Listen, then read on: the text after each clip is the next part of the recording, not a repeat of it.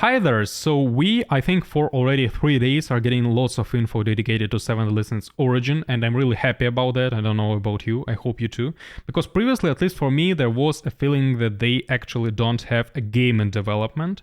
Because we got a first teaser trailer, then we got a second one with a big time gap between like the first one and the second one. And then we got that famous presentation from Netmarble where they actually were mentioning the games which they are confident to release in 2023.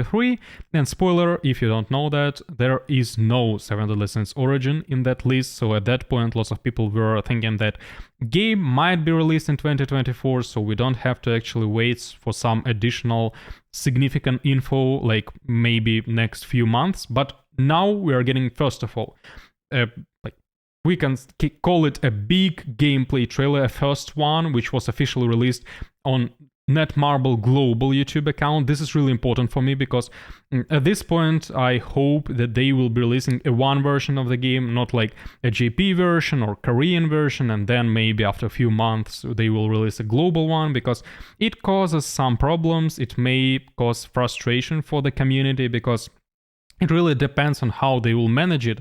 But if they, for example, will have like 3 months time gap between JP and global, they might start rushing things on global to actually keep up with JP, or the opposite thing, when you actually have to wait for 3 months to get something which was released on JP. So it's, I think, complicated, and it will be much better to actually just release one version of the game. But like, we'll see how it goes.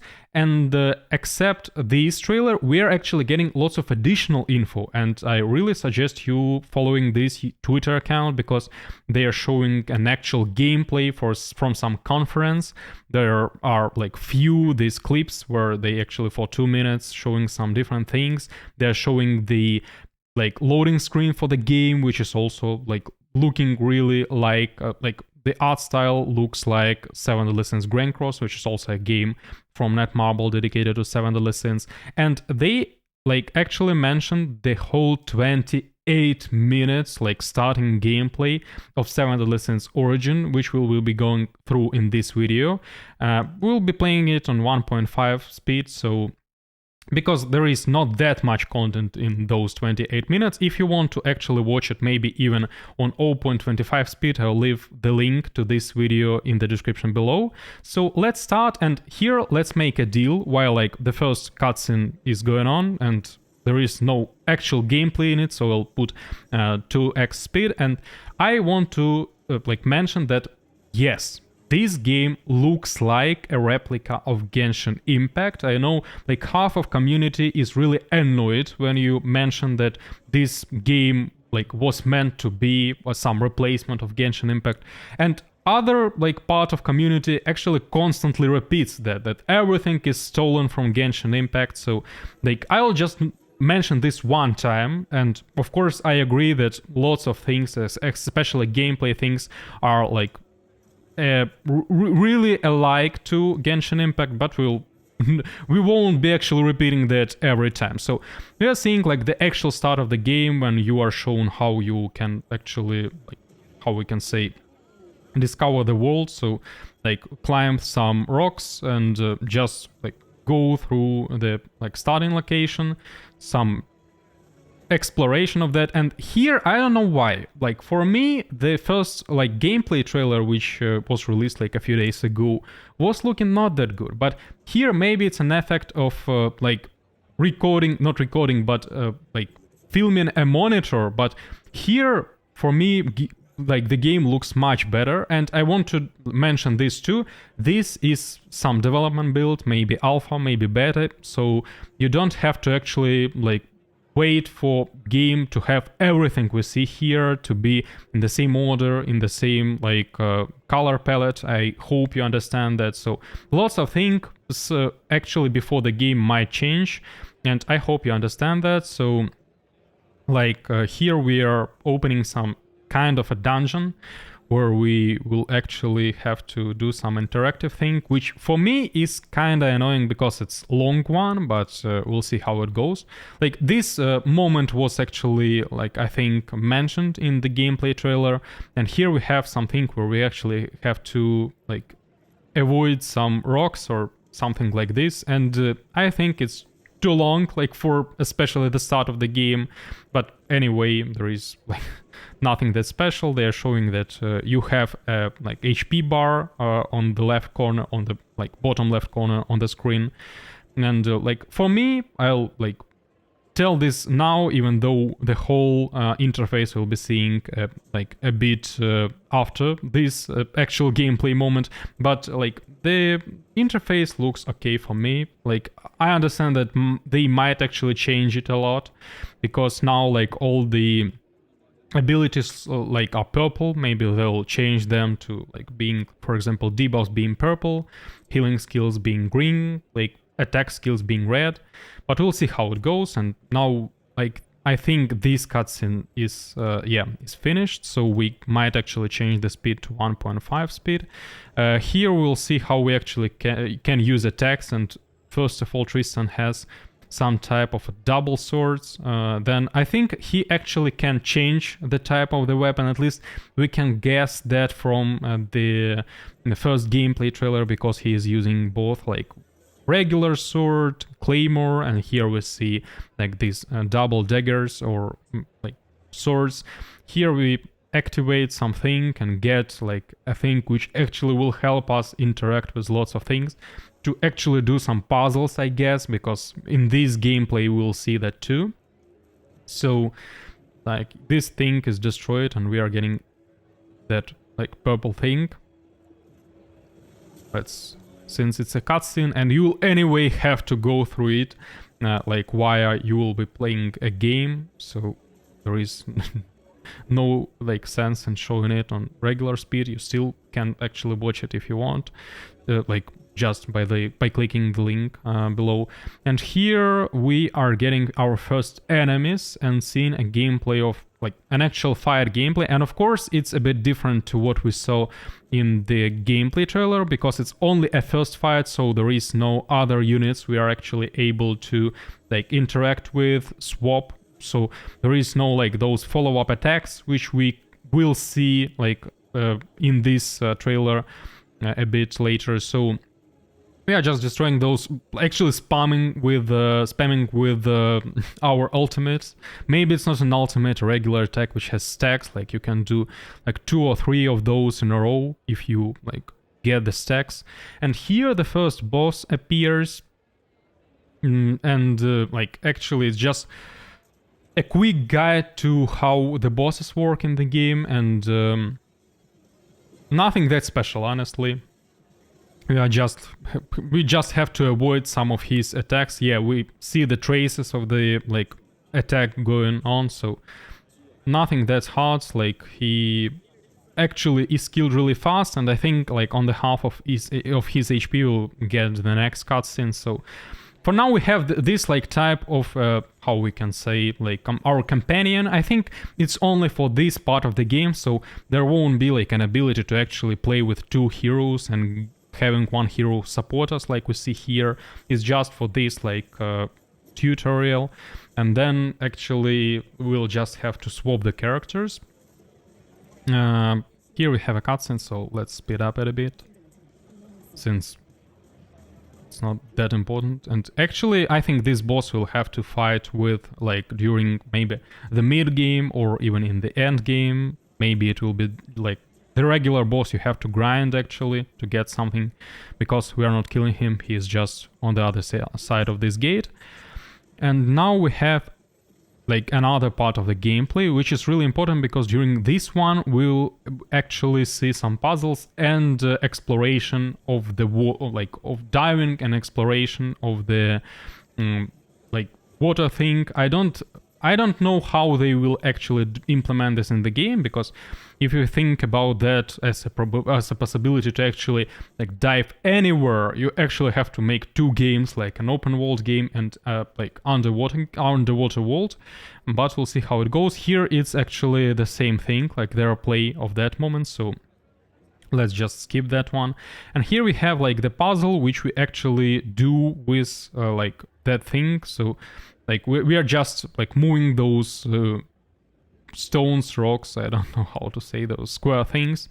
So we can actually speed up again because it's just a puzzle. I think there will be lots of those during the gameplay.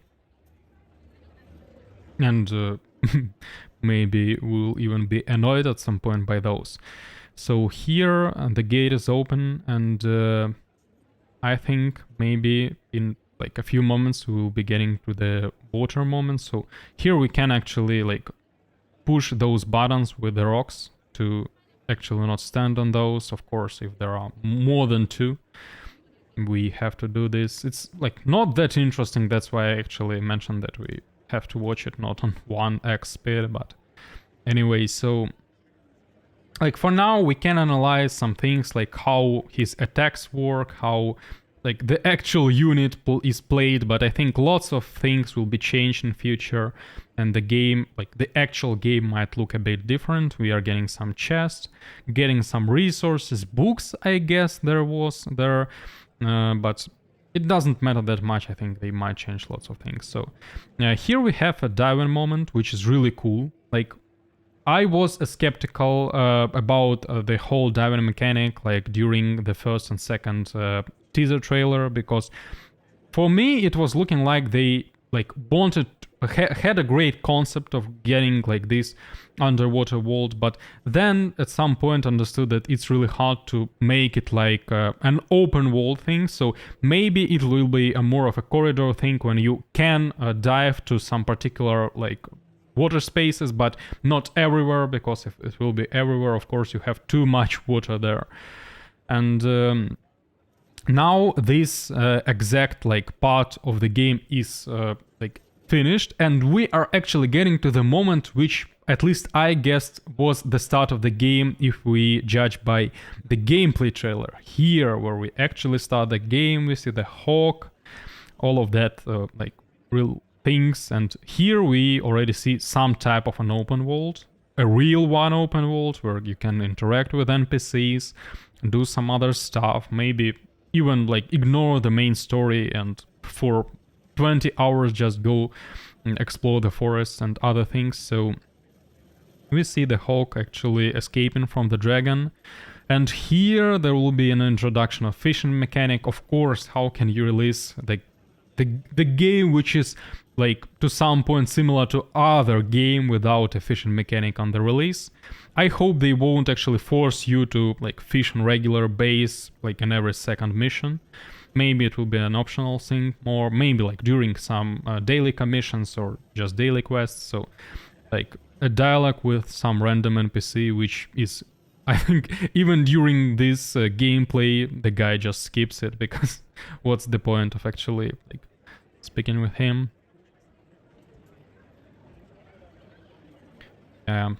Here will be like the moment when you have to fish, and you will actually fish the hawk and get an ability to actually use mounts. And mounts are really a good thing, because like if you will have to travel a lot, I hope the mount thing won't actually, how we can say, like conflict with fast traveling system, because if you won't be able to actually teleport from place to place and you will be forced to use mounts, it's not that good. But like for new like exploration things, for new locations, of course mounts are awesome, because you don't have to actually fight every 5 like meters. So at this point I think like getting a mount system is really good, especially I don't know how they will do this on the release of the game, but to this point, time to time, you actually can use like flying mounts, so to travel even faster and to get some like additional spots.